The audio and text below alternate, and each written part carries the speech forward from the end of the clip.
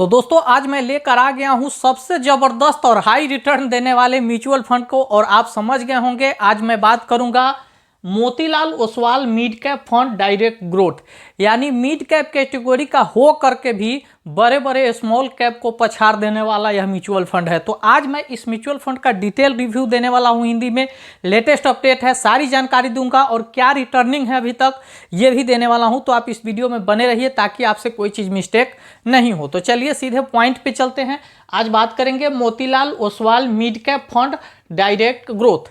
इस mutual fund के यदि फंड एज की बात करूं तो 11 साल पुराना फंड है, यानी यह 11 साल पहले लॉन्च हुआ था। वहीं इस म्यूचुअल फंड की इन्हें प्राइस की बात करूं यानी एक यूनिट की कीमत तो 119 रुपया 45 पैसा है, यानी जब आप इसमें इन्वेस्ट करेंगे तो 119 रुपया 45 पैसे में इसके आपको एक यूनिट अलॉट हो जाएगी। अब बात करेंगे इसके रेटिंग का, तो रेटिंग 5 स्टार, यानी ऐसे ही आपको बता दिए कि जो मिड कैप में हो और स्मॉल कैप को टक्कर दे रहा है तो इसे स्वाभाविक है कि इन्वेस्टर 5 स्टार का रेटिंग देंगे, इससे ऊपर होता ही नहीं है।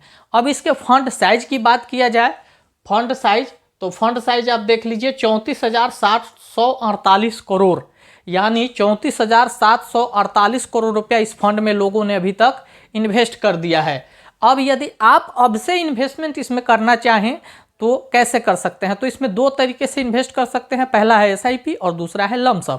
तो एसआईपी यहाँ पर 500 रुपये से कर सकते हैं और लमसम भी 500 रुपये से कर सकते हैं। तो देखिए एसआईपी यानी सिस्टमेटिक इन्वेस्टमेंट प्लान जो है 500 रुपये से कर सकते हैं और वन टाइम इन्वेस्टमेंट यानी आपके पास 500 रुपया है तो जब चाहे तब इसमें डाल सकते हैं।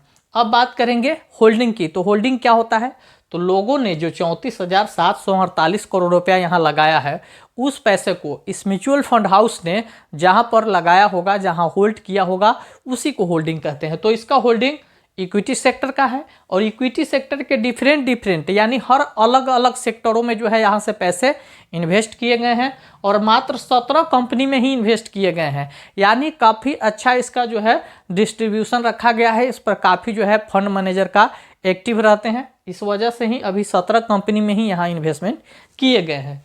अब बात करेंगे इसके होल्डिंग एनालिसिस की, यानी कितना परसेंट कहाँ पर इन्वेस्टमेंट है। तो होल्डिंग एनालिसिस देखिए, इक्विटी में 91.1% का इन्वेस्टमेंट है, वहीं डेब्ट में 6.84%। डेब्ट क्या होता है, जैसे बॉन्ड, ट्रेजरी, गोल्ड, सिल्वर, ये सब सेफ सेक्टर, तो वहाँ पर 6.84% का इन्वेस्टमेंट है और कैश जो है 2.15% रखा गया। अब कैश इसलिए रखा गया है कि यदि इस म्यूचुअल फंड हाउस में कोई समस्या है तो फिर उसको मैनेज किया जाए, या बेहतर इन्वेस्टमेंट अपॉर्चुनिटी के लिए भी कैश रखा जाता है, क्योंकि जब मौका मिले, कोई अच्छा कंपनी हो, अच्छा इन्वेस्टमेंट मौका मिले तो वहाँ पर इस पैसे को इन्वेस्ट किया जाए और बेहतर रिटर्निंग निकाला जाए, ताकि जो इस म्यूचुअल फंड के इन्वेस्टर हैं उनको बेहतर परफॉर्मेंस मिले, बेहतर रिटर्निंग बनाकर दिया जा सके। अब बात करेंगे कि यदि आप इस म्यूचुअल फंड में इन्वेस्ट करते हैं तो फिर आपको चार्ज भी देना होगा। तो क्या क्या चार्ज है, एक्सपेंस रेशियो, यानी म्यूचुअल फंड का सबसे इंपॉर्टेंट चार्ज होता है एक्सपेंस रेशियो। तो एक्सपेंस रेशियो यहाँ पर 0.69% आपको देना पड़ेगा। एग्जिट लोड 1% 1 ईयर, यानी एक पेनाल्टी है ये कि म्यूचुअल फंड में आप इन्वेस्ट कर रहे हैं इसमें और 1 साल के पहले निकलेंगे तो आपको 1% एग्जिट लोड देना पड़ेगा। और स्टैंप ड्यूटी चार्ज 0.005% है, जो डॉक्यूमेंट प्रोसेसिंग चार्ज होता है, जो सभी में नेसेसरी है, हर फंड में लगता है। अब देखिए कि एग्जिट लोड से आप कैसे बच सकते हैं, तो एग्जिट लोड से ही नहीं, आपको टैक्स में भी बेनिफिट होगा।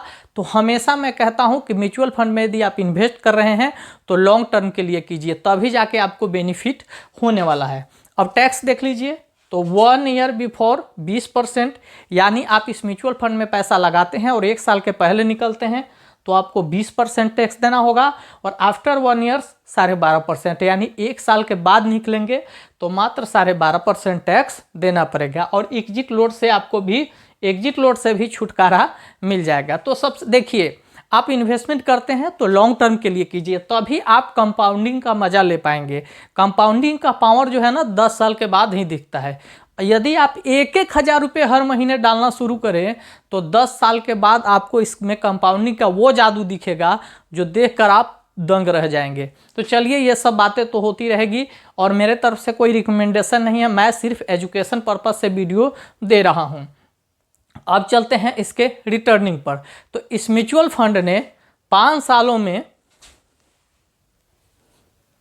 34.35% का बेहतर रिटर्निंग बनाकर दिया है।